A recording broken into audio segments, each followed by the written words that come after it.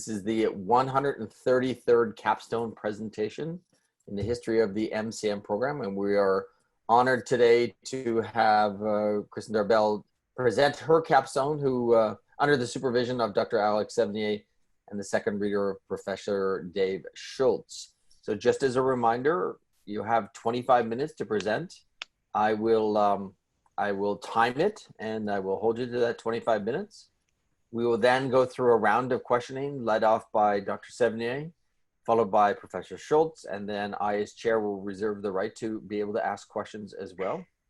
We will go through that 2 rounds, and then if we have time, we will then open that up to the public.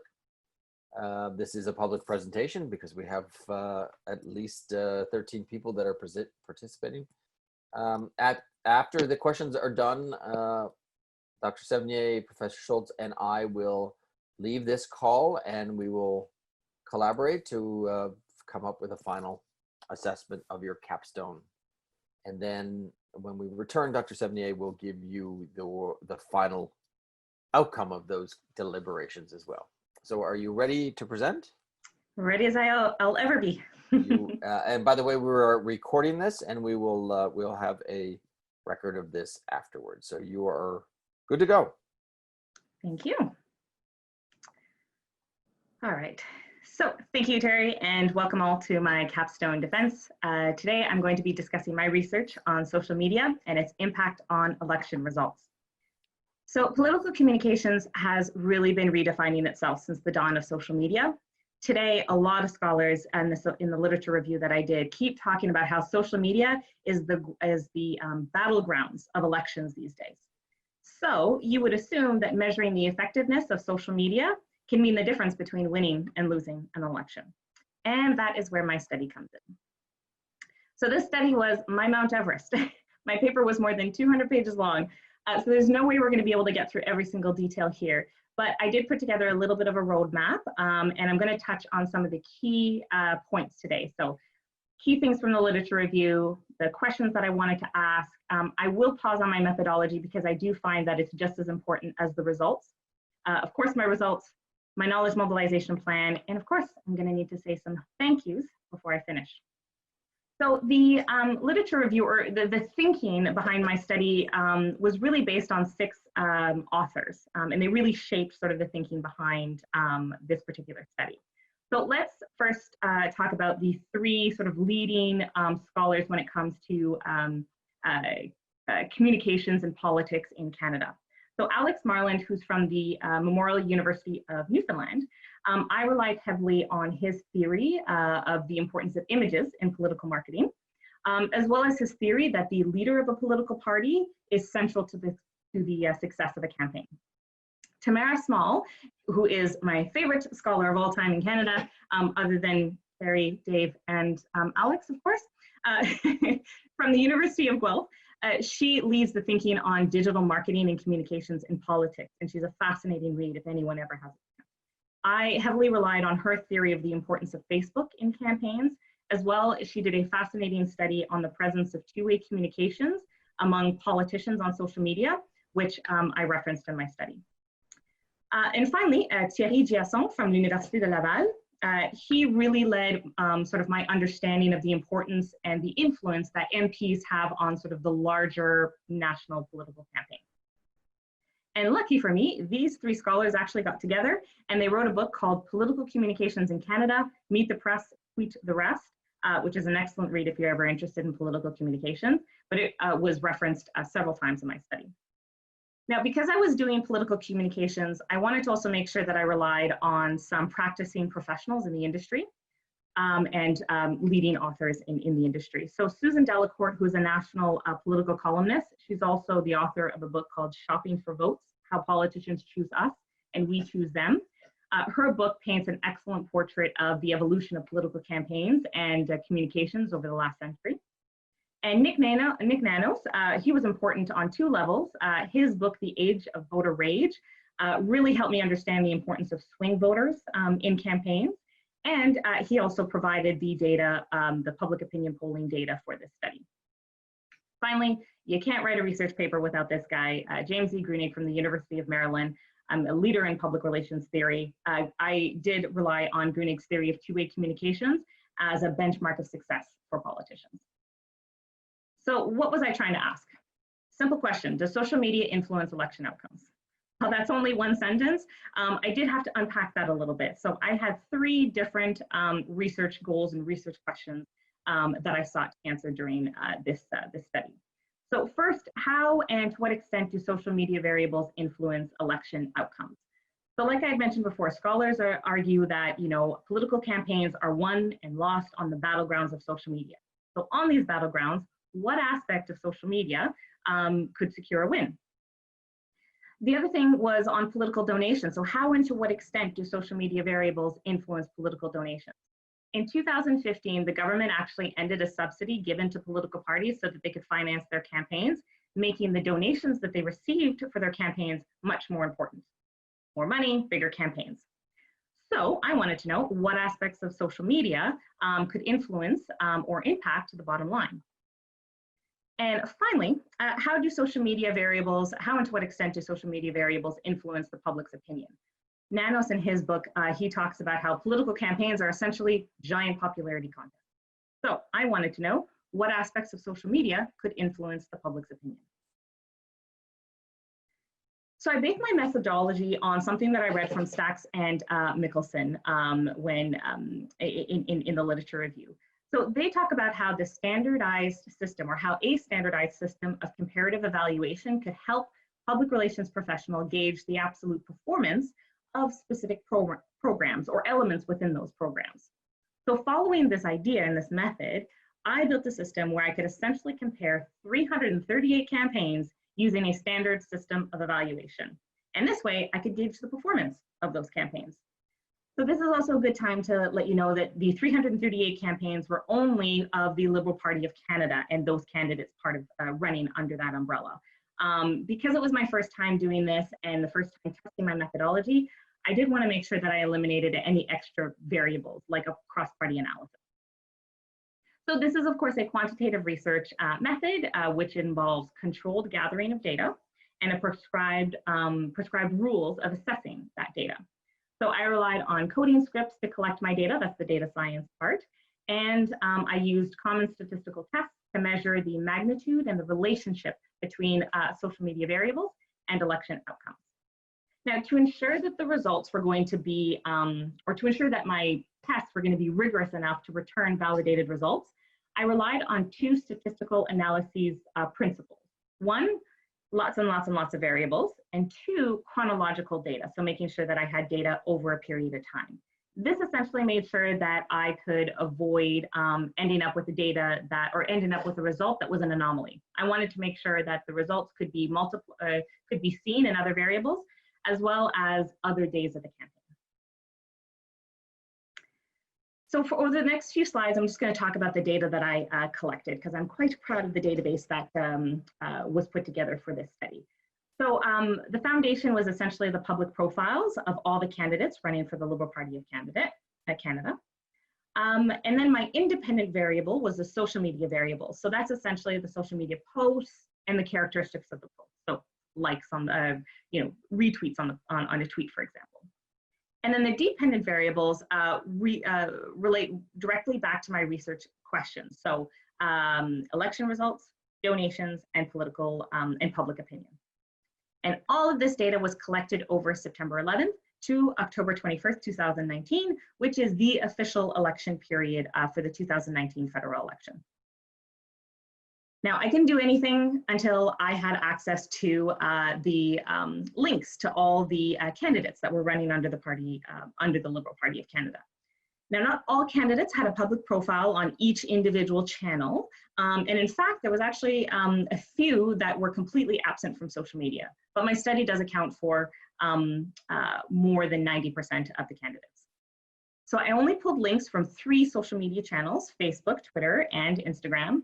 Facebook, well, a lot of scholars just talk about that's a massive battleground. It's where Canadians are. 23 million Canadians are on this platform, so a key platform during elections. Twitter, this was actually where most candidates were present. 83% of the candidates had a public profile on Twitter, making it an important part of my study. And Instagram, well, Trudeau, in both scholars and journalists, have been dubbing him the Instagram Prime Minister. And not to mention 80% of his caucus also had a public profile on Instagram, making it a key channel for me to analyze during this study. So I will mention that I actually used a Python script that I built in a previous MCM data science class. And I was able to scrape all that data off of the Team Trudeau's website. And that resulted in a ton of public profiles. And then once I had these profiles, I was able to collect the data from APIs. So let's start with Facebook. So in 2019, in early 2019, Facebook launched something called an ad library, which governments, public, journalists, researchers like myself can use to analyze political ads on Facebook.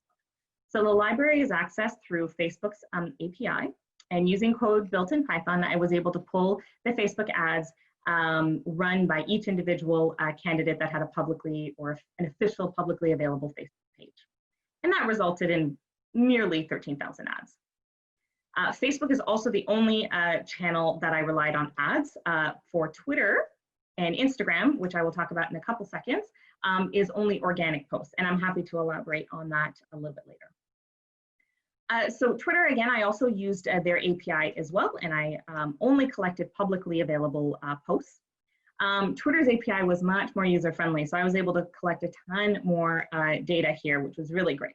And I used, again, a coding Python script and to pull all the data, and that resulted in roughly 39,000 tweets. And then finally, for Instagram, there was no formal API. Facebook has been under a lot of scrutiny lately and has shut down a lot of access to some of their data. So there was no formal API for Instagram. However, I was able to use a Python script to pull the data directly off of Instagram itself.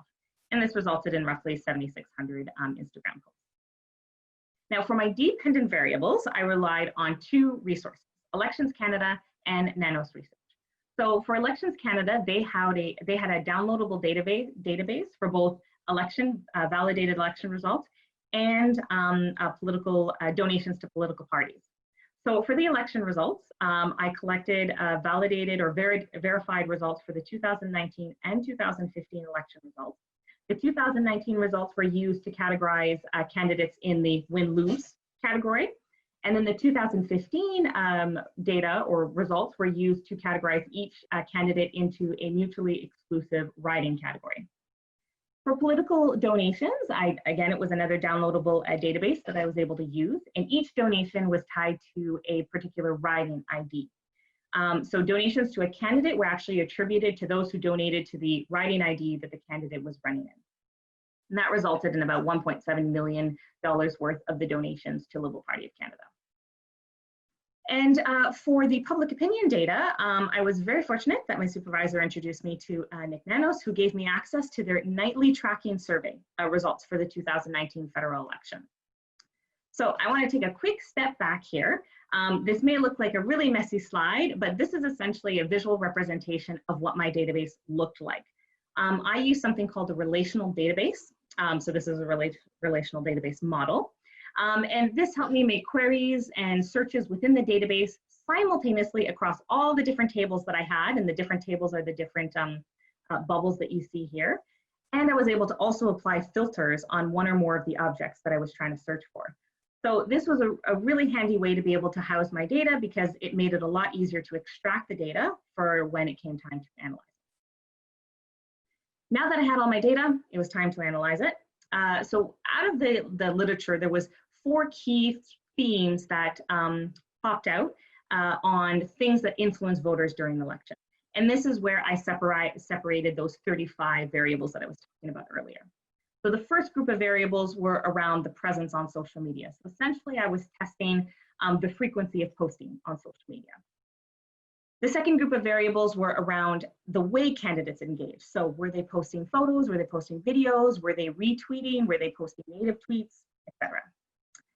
The third group was around the popularity. So how popular was the candidate on social media? This is everything from a comment on an Instagram post to a reply on a tweet. And lastly, this was only for Facebook, but I had variables that related to the amount of investment put into an ad and how it related to election outcomes. For the statistical analysis, I had a mix of nominal, interval, and ratio level variables, which meant there wasn't just one statistical test that I could rely on. I actually had to rely on 4. I'm not going to go in these through detail. This is basically some fancy math to put in front of you for now. I'm happy to answer any questions on these, but these are essentially the 4 statistical tests that I used when I was comparing social media variables with election outcomes. Now, with a study this size and with this amount of data, I did have to make sure that I put some assumptions and controls in place. So I'm not a statistician. I did learn some statistics in anticipation of the study, but I am not a professional statistician. So I never presumed enough to be able to do these tests by hand. So I did rely on something called the Microsoft Data Analysis Packet, which essentially meant that I just put in my variables, it did the calculation and spit out a number that I was able to interpret. For all of the tests that I did, I performed a 2-tail test. This meant that I was working with about a 2.5% error rate. I also followed a common practice in statistical analyses where a result that is less than 0.05 indicated that there was a significant relationship between variables. And finally, I did do a little bit of cross-analysis. So I analyzed across provinces and riding categories as well. Again, just to make sure that there wasn't another sort of variable that might be influencing the results. So what does all of this conclude? Yes, in short, social media variables do influence election outcomes, but this is a very broad statement. So let's actually dive into each individual research question that I asked and find out exactly what aspects of social media influence the election outcome. So when it came to election results, candidates who tweeted photos and videos were more associated with winning the election. And this was true across multiple provinces and riding types. While people who tweeted text, as you can see on the screen here, yes, people who tweeted text are also more likely to win. However, the ratio between photos and videos and the win and loss between them were much more higher, resulting in a significant relationship. There was no significant relationship when it came to text. So importance, photo and video on Twitter. On Instagram, all variables measuring popularity of a post returned at least one significant relationship. However, these relationships only happened in Ontario and in swing ridings. So while popularity of an Instagram post may associate positively with winning the election, it really only happens in a specific environment. Nearly half of the swing ridings actually happen to be in Ontario. So this actually reaffirms something that Marlin and Giasson said in one of their articles, that they argued that parties concentrate their efforts on swing ridings, where they may have a chance to actually sway voters. So this result here could be a perfect example of proving that. The popularity on Twitter positively associated with winning the election in key battlegrounds again. So this was in Ontario and swing riding.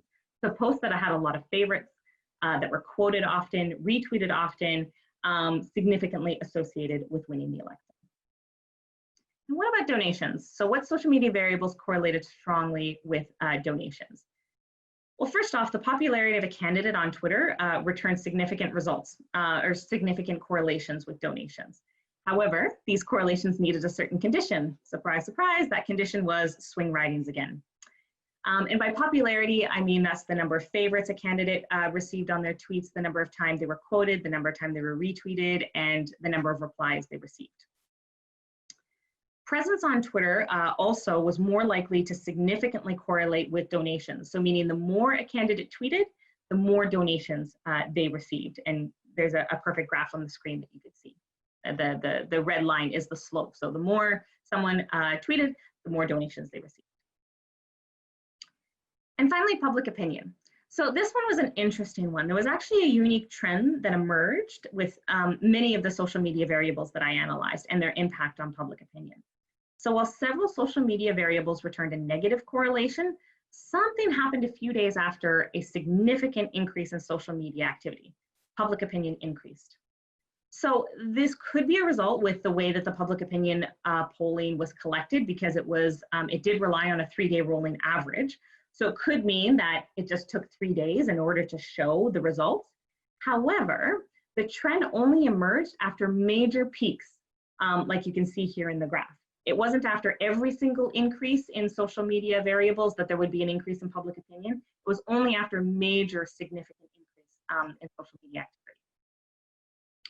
Another thing that happened with public opinion was the frequency of posting on Instagram really helped the public's opinion of the leader, in this case, Justin Trudeau, the leader of the Liberal Party of Canada.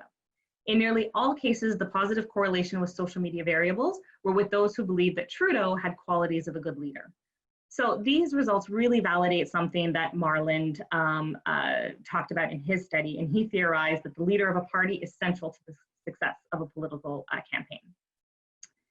And then the last thing with public opinion that I'll mention is that posts with photos, specifically on Instagram and Twitter, also helped with the public's opinion of the leader.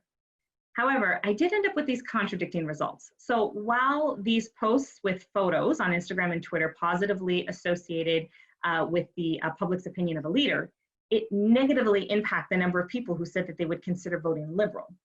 So then I ended up in a space, which public opinion marker should I actually trust? So I tried to use something called the Party Power Index, which is something that Nanos Research uses to sort of average all the numbers around their nightly tracking, but it rarely correlated with any of the variables. My theory, and it's just a theory, is even when it was negatively correlated, it had a positive impact, because these negative correlations followed the same trend that I just talked about, this delayed reaction, followed that same trend. So after major spikes in posts on Instagram and Twitter with photos, about 2 or 3 days later, those who were considering to vote Liberal went up. And lastly, the last thing that I'll talk about when it comes to my results is there was one particular social media variable that influenced multiple election outcomes, so kept sort of coming up in the results, and that was quoted tweets. They were very, very important in the results. Not only did candidates who were quoted often strongly associate with winning the election, but the number of times a candidate was quoted returned the strongest positive correlation with donations. And you can see this on the screen. Orange is quoted, the amount of times a candidate was quoted on Twitter. It had the steepest slope. So this means even if a candidate was quoted just a few times more, donations skyrocketed. So what I like about this result is I really believe that these results validate, to a certain extent, Grunig's theory of two-way communication. So when a person is quotes you on Twitter, they're essentially taking your content, adding comment, or adding additional information. So candidates were putting out information and voters were actively engaging it and starting a conversation, which is of course the goal of two-way communication. Now with a study this big, of course, there's going to be a few limitations. I'm more than happy to elaborate on any of these, but I had 272,000 records, so there's always room for error there. I did try to validate at every single step of the process, but I can't guarantee that it was perfect. Donations on the Elections Canada database were inputted by parties themselves and not validated by Elections Canada. So there could be some mistakes as parties putting in the data. And when it comes to public opinion, there's always limitations there. It's based on someone's opinion on a particular day. And Nanos Research also used a 3-night rolling average, so it could mean that feelings have shifted before the number or the tracking number actually revealed the shift. And finally, I do want to be clear, I do have a personal bias here. I do associate myself with the Liberal Party of Canada, and I'm in fact a regular donor, and I've also volunteered for them in the past. So one of my goals was to start a conversation with practitioners on the importance of smart measurement. So I really hope to accomplish this through my knowledge mobilization plan. And when I talk about, so while these results are really interesting, I think what's even more interesting is understanding what you need to measure and what might not be that important to measure. So a couple of things that I'd like to do. I'm very fortunate that my supervisor has kindly offered to set up some briefings with some important stakeholders, so the Liberal Party of Canada and their data science group, as well as the Liberal Research Bureau. I would love to present this at a couple of conferences and get published. And because this study is so massive, I would likely sort of chunk it out into sort of group my findings into smaller groups so I can present at different types of conferences with different audiences, and same thing with getting published, being able to publish for different audiences, whether it's a political audience or a communications audience.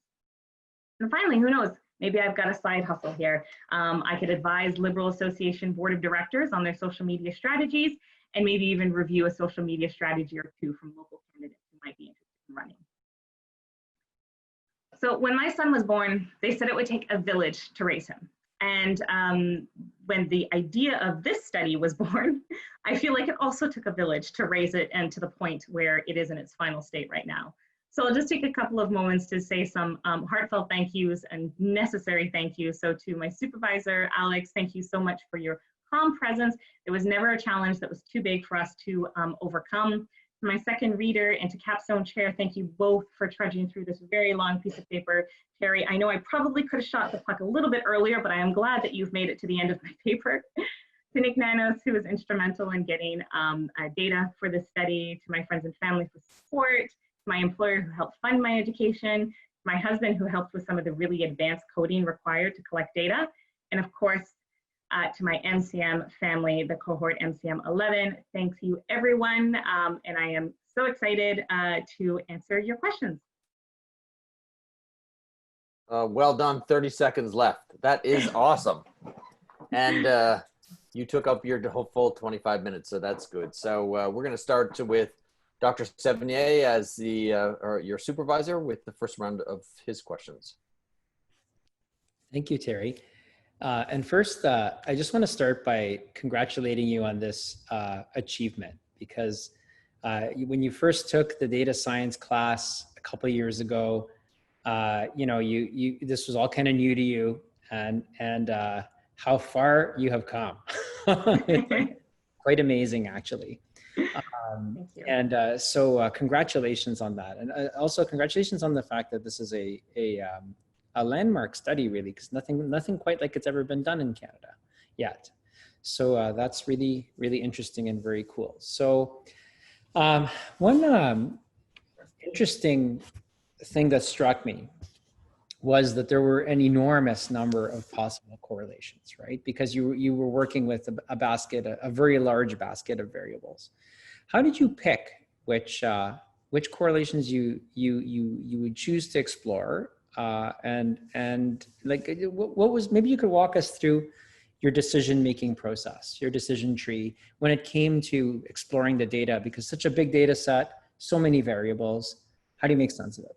Yes, that was probably, I think, one of the most difficult aspects of collecting everything. And if you go through the results section of my paper, it's 60 pages long. So it does take quite a bit to get through it. One of the things that I tried to do is, after sort of every group of tests, I would try to take a step back and see sort of what was surfacing to the top. And then, so one of the things that is in the paper is sort of these summary tables, and that really helped me understand sort of the results and what was actually happening and what wasn't happening. Another important thing is I try to lean more on sort of I would look at the lens of, you know, here's how it's happening for all the candidates across Canada. And then I would weigh a lot of the thinking on that. And then if I dove into the provinces and riding categories, unless it actually happened across multiple provinces and I was able to come back and say, okay, yes, indeed, there is a correlation, then I would say that there's a correlation. Or if it was coming out in multiple different riding types. So as much as possible, I try to look at sort of, I would take a step back and just look at the overall, what is happening for everyone across Canada, and then rely on that result. And then if I needed to dive deeper, it would act as sort of a validation for the results. Okay. There's so much here, there's so many questions I could ask, but I'll let people who haven't had a chance to talk to you, as I've had the pleasure of doing over the last several months. I have to say it's been an absolute pleasure working with you. So I'll pass it over to Dave. Thank you, Alex. Kristine, fantastic presentation. And I have to say, when I first saw a 200 and some odd page capstone come across my desk, there was an amount of dread there, but it was brilliantly written, and I quite enjoyed reading it. I also like that this is, and I question myself every year when I talk about nominal ratio and interval data in our class. Do I really need to teach this? So thank you for finally delivering those words in a capstone, and justifying what I teach. Awesome. And I also want to say, so this is why I have a couple of things I want to say, then I have a question for you. You talk about you're not a professional statistician, but I will say you wrote your paper as if you were one, or as if you had complete knowledge of what you were writing. So well done on that. And then the last point I want to make is I'm going to steal from you the phrase lots and lots and lots of variables as the way to decide what you're going to go forward with. Terry, we're doing a project on something else. Let's include that as part of our piece, as the phrasing as to how we're going to go. We'll get paid more for doing that. I think we get paid a lot more for doing that. So here's my questions for you.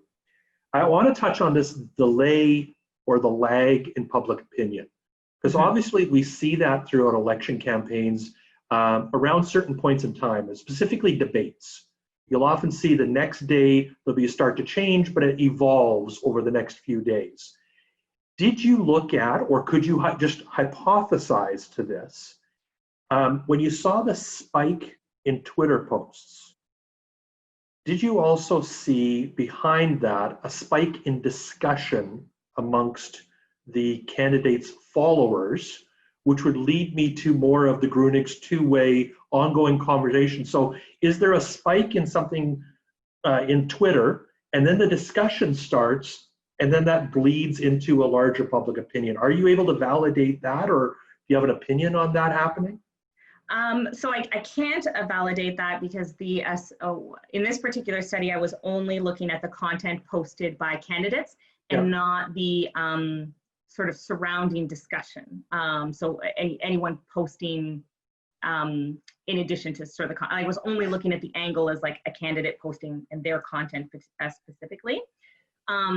So I thought this result was really interesting, and to your point, Dave, there's got to be something that's driving this, and I do think it's probably if you look at the results, it really happens around a peak in posting.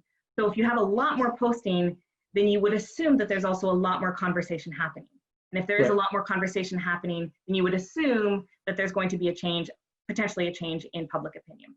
The one thing that I didn't look into, which I can because the database has it, I just didn't get a chance to do it for this particular study, is the actual content of those posts. Because I think that would be the next step, right? It's, okay, so we do see this delayed reaction, but what's causing that particular delayed reaction? Is it a particular type of photo? Is it a particular type of conversation, a topic? That I think would be really interesting in sort of a phase 2 part of this study, because I think that would sort of answer our question as to why this delayed reaction is happening. Okay. Yeah, that's why it leads you to assume something's going on, right? So I just thought if you had a viewpoint on that. The second one is you talked about the leader-centric model. And at one point you took Justin Trudeau's tweets out because he was such a significant outlier, which I really like that you did that, because I do think as an outlier, to keep him in all the data, it would have affected things. What's your thoughts around his role in his tweets at getting some of the swing seats elected? Or were you able to see, so if you took him out, does the swing seats become less statistically significant, or like what is his role? So, because I'm also looking at the U.S. election coming up, and I hope that more social media does not lead to someone being elected, because we certainly know where that would go in the U.S. But in the Canadian model, what role do you feel Justin Trudeau's tweets played in some of those swing seats? A good question. I don't have the results in front of me to be able to tell you what exactly happened in swing ridings and the significant, like which ones were significant and which ones weren't significant, like the particular variables. Right. But I think Trudeau's role in general, I think, was bringing sort of awareness to the party's brand. And that's one thing that Marlon talks about, like why the leader-centric model is so important is if you have a popular leader, and people know the name and they associate with that person, then you're going to have a more successful campaign. And I saw that in Trudeau's results, because again, he was driving the engagement, he was driving the awareness, he was driving you know, the number of posts and everything like that. He was really driving everything. Once you removed him, it was funny because once he was in there, like no correlations were happening because again, you had this massive outlier. So, you know, I wasn't able to get any correlation. So once I did remove him, all of a sudden I did actually see that candidates were being quite successful on their own. So what's interesting about that result and the fact that I separated the two is you can see that, yes, there is an importance in leader-centric campaigns because you've got this recognizable brand. And if you read a little bit, Tamara Small has an excellent study on the importance of sort of the trust and the relationship behind a party's brand, which wasn't really part of this study, but she talks about the importance of a party's brand. So if you have Trudeau doing that, and then you've got the MPs who are connecting with their, who are doing very well on their own and connecting with their local audiences, then you actually have almost two sides of it. You've got a leader-centric model and a local-centric model, and they're both successful in their own, and they can work very well together. So that was, when I did pull them out, I realized that, oh yeah, local MPs do just as well. Yeah, they did really well on their own, yeah. But you can't have a successful campaign without that leader behind you as well. So it proved, I think, both sides of the coin there. Okay, thank you. Terry? I'm going to invoke the role of the chair to ask a question. First of all, I'd like to make a statement. This is an unbelievable study. This is, from my recollection, the first one that has used these type of statistical analysis to parse data.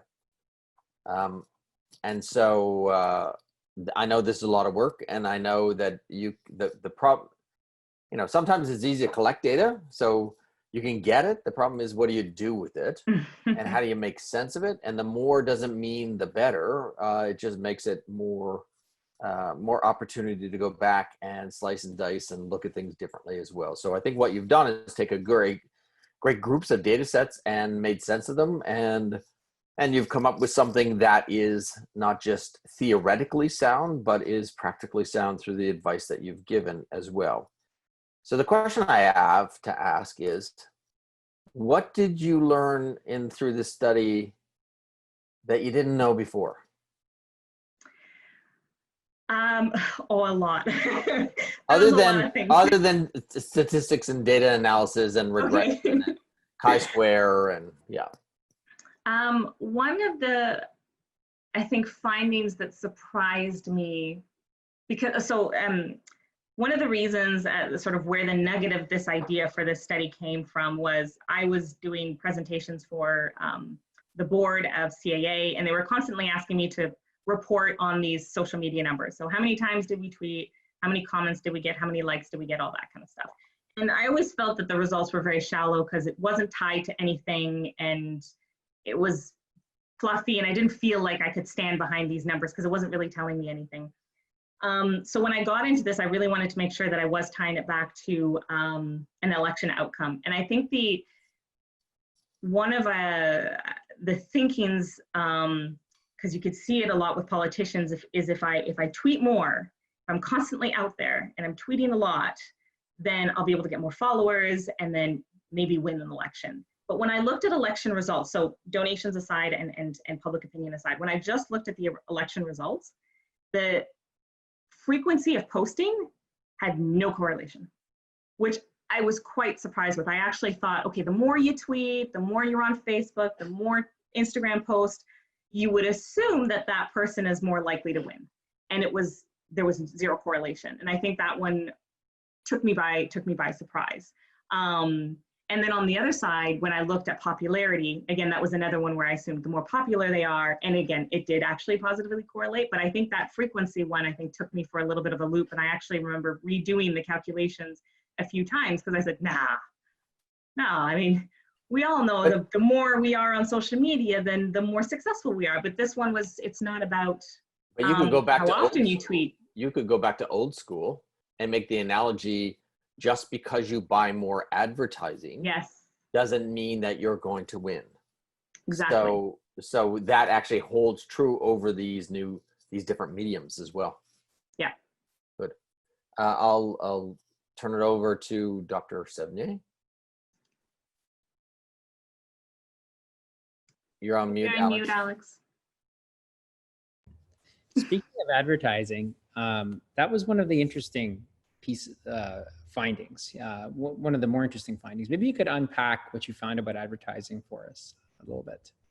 Yes, I'd love to. That was one of the findings I wasn't able to include in the presentation, just didn't have enough time. But there was an interesting thing that came out with the advertising. So this is just Facebook ads, because it was the only ones that I was able to get my hands on. And what happened was that you didn't have to spend a lot of money on an ad to be positively correlated with any of the election outcomes.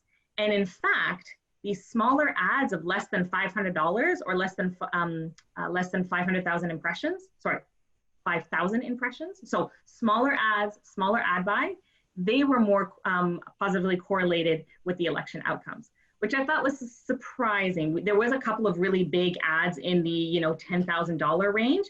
And in fact, in New Brunswick, there was a $50,000 ad that was run and that particular candidate lost.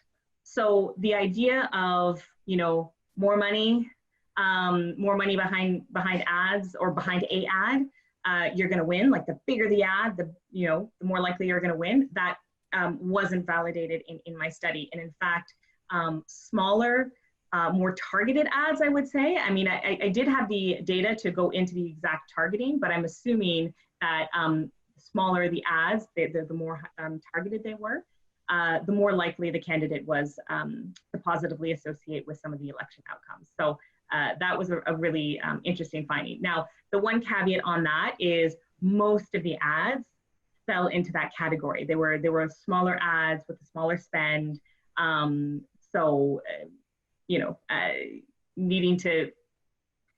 It would be nice to be able to look at some other ads, maybe taking it from other political parties so that I had a more spread out evenly,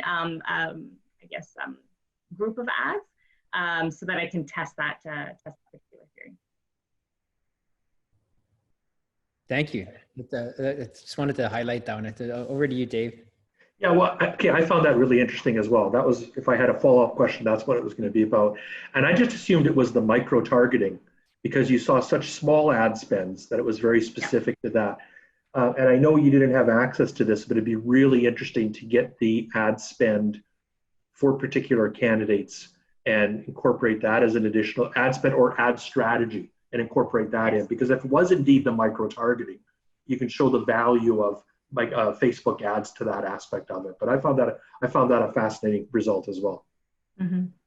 Well, one of the if I had more time and more resources, and again, Alex and I had discussed when I actually had to stop because I could keep going and analyzing and analyzing and analyzing for days. But one of the other things that I would love to do with this data set is look at that micro-targeting and look at who is being targeted, where, and then cross-analyze that with the candidate to be able to see if there was, if you're a candidate and you're serving ads to people who are similar than you, different than you. I'd love to sort of do an analysis there of like actually looking at the targeting behind the ads, so both demographics and gender, and then cross-analyzing that with a particular candidate, so like their demographic and gender as well. The data is in the database. It's there and available, but I just didn't have the opportunity to do it with this study. But that would be another sort of interesting look to it. That would. Yeah, thank you.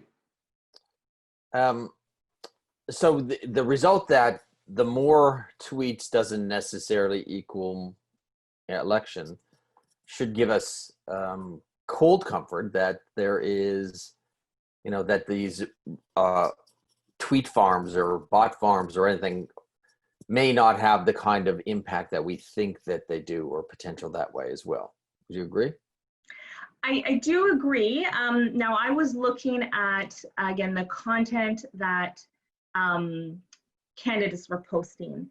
I think another data set that could be looked at is sort of all the tweets or all the Facebook ads or all the Instagram posts surrounding the election. Right. And I think that's where there might be an interesting finding when it comes to bots. So like, let's say looking at hashtags, I think there might be a different result. Like if there's more hashtags surrounding, you know, Team Trudeau or something like that, and then you had bots involved in that, what would that actually correlate with? I think the comfort that we can take is that we should be spending time on the quality of the content that we're posting and not just pushing out content after content after content, because that's not necessarily going to help you. Pausing and making sure that the post that you're going to put out there is actually going to spark a conversation or get reaction on social media. That is sort of where you want to spend your time. And I think that's the results that I got really validate that mentality. Well, that sounds like a research idea for a doctoral program. So I think there you go. You can just drop this on the admissions committee of a doctoral program, and yeah, it's so well done. Okay, I'm going to open the floor up for a couple minutes to anybody from the audience that might have a question.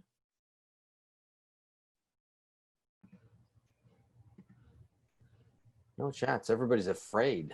They're afraid of that you're going to ask them to actually give the statistical methodology for a chi-square.